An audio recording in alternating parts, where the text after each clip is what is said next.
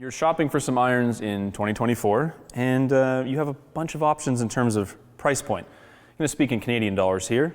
Set of I-530s from Ping, very nice. About $2,000 for the set. Set of P790s, $1,800.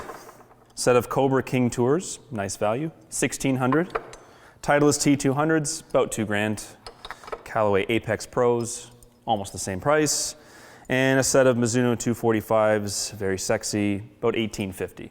It's been a while since there's been anything particularly great in between. You have what you call the direct-to-consumer end, something like this Haywood here. These will run you about $1,000 Canadian, obviously a huge amount of savings. But what about if you want something in between? Like this set of Wilson DYNAPWR Forged irons. These can be yours for hundreds less than other top brands. The question is, are they any good or just a good deal? Long before either of us were born, Wilson would be the dominant iron on the PGA Tour. Major wins probably multiple times per season. And since then, probably a little bit on the forgotten side in North America. Europe, a little more popular. But to be fair, most people you see playing golf in Canada and the United States probably aren't using Wilson iron. These are new, DYNAPWR Forged.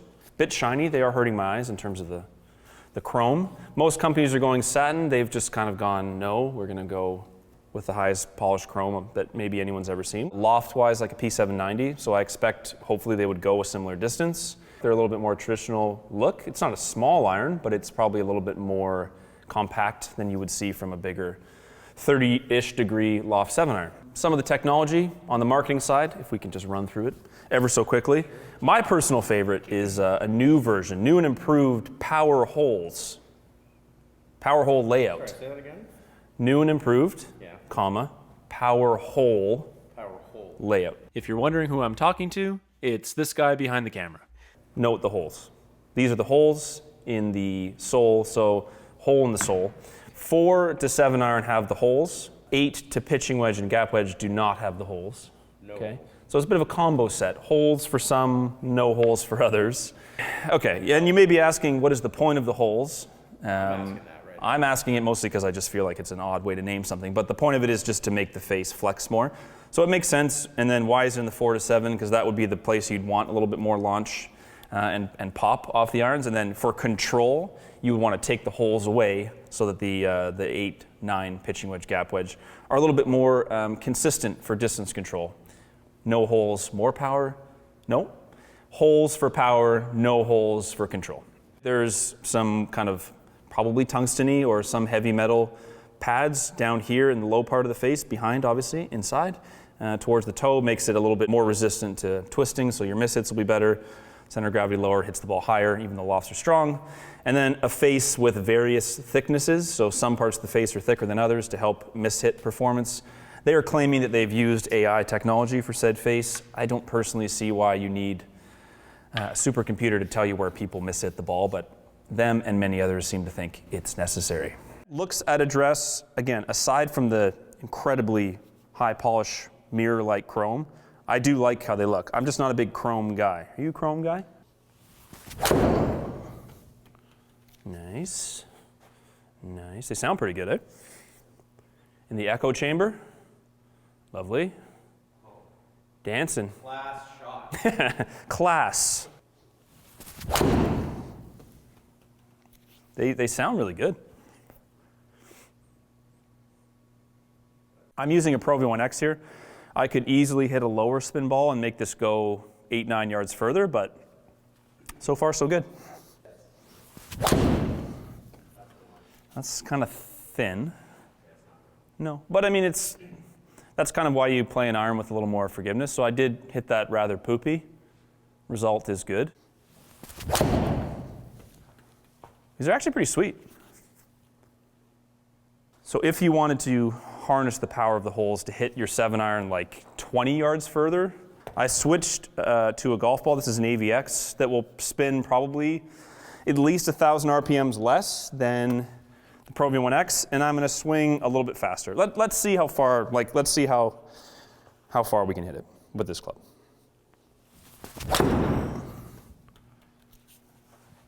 was a little thin, but it's okay. 10 yards further so far. That might go in. Hole? Nope.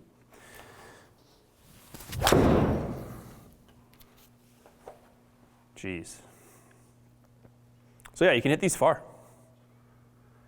You can hit these very far. Like the shaft is chrome, the head is chrome. Like I'm blinded. What if it's sunny outside? You all right? Oh my God. Okay. Wilson's popular in the UK where the sun literally never comes out, so maybe chrome isn't like a concern there. Yeah, these are sick. All right, let's look at a couple numbers, shall we? 136 mile an hour ball speed, 19 launch, 6,500 spin. The ball speed kind of standard deviation, meaning how much did it vary? It was within a mile per hour for the most part. Launch angle was within half a degree. Spin rate was within a couple hundred RPMs. That's usually not something you see from a big club like this. Now, when you take it up a notch, swing a little bit faster, take an AVX out, spin it way less. How much further can we hit it? Ball speed up to almost 140. Launch angle up slightly, spin way down to 5,300. Almost the same otherwise in terms of club delivery. You end up with a 203-yard average carry. So anyone who produces a little bit more dynamic loft at impact than you need, that would be the first person. So the reason not to play a 34-degree 7-iron if you already hit the ball high or you basically scoop it a little bit is you will hit it short. You'll hit it unnecessarily high with too much spin. So you play a stronger lofted, hotter club like this, you can get more distance without entirely changing your technique. Not that I'm against changing your technique, but that would be the reason for it. If you bent them a bit weaker, it would be really good for a player who hits the ball too low. So the technology in there to get some more ball speed and height, you could bend them weaker because it is a forged club and get more height out of it. That would be a nice fit. So I'm gonna hit some 9 irons. Now the scoring irons, gap wedge through 8, are a bit more traditional construction. So it's a bit of a combo set, which I think is cool. Other companies doing something similar would be P790s. And Mizuno 245s, they blend the setup, which I think is super smart. Back to a Pro V1X here, just to have a more traditional ball flight. I put the green at 160. I don't think these will have any issue getting to 160.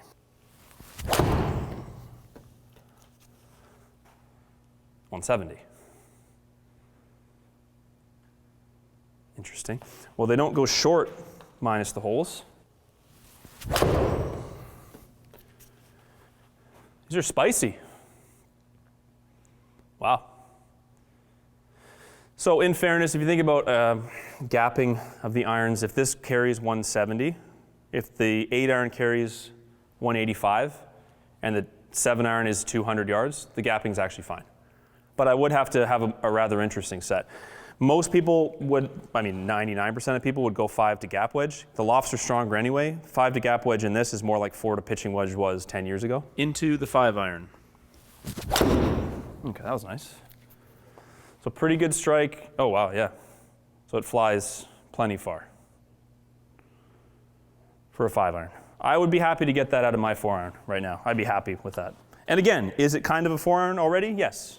Yes, it is. It's a bit toey. Yeah, so they're very forgiving. The difference between a dead center one and a toey one is not even more than what was that, 4 yards?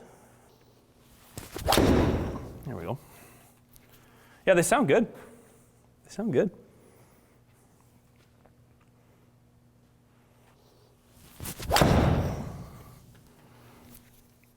Jeez.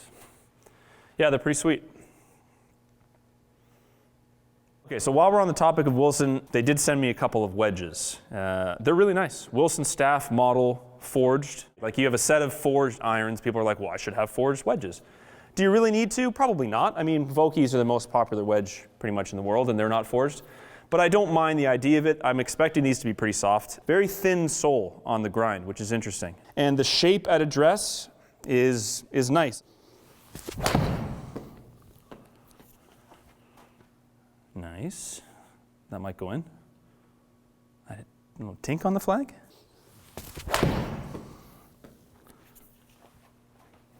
These are nice. Felt pretty good. It's nice too.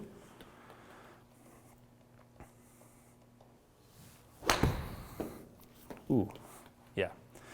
These are very spinny wedges. Not that I'm saying that in a negative way. They've got about as much spin on them as anything I've tried. Obviously they're brand new grooves, so that helps, but they're awfully nice. Someone once asked me how far you should hit a 7-iron.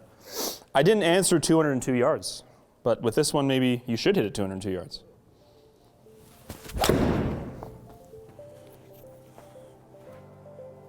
Boy. I feel like I hit all the 7-irons on the green.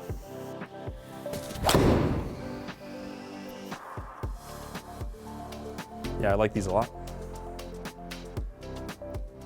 So it is April. There are other irons I still have to test thoroughly and review, but I would say for the money, a set of DYNAPWR Forged will probably be up there with some of the best value that you'll see this year.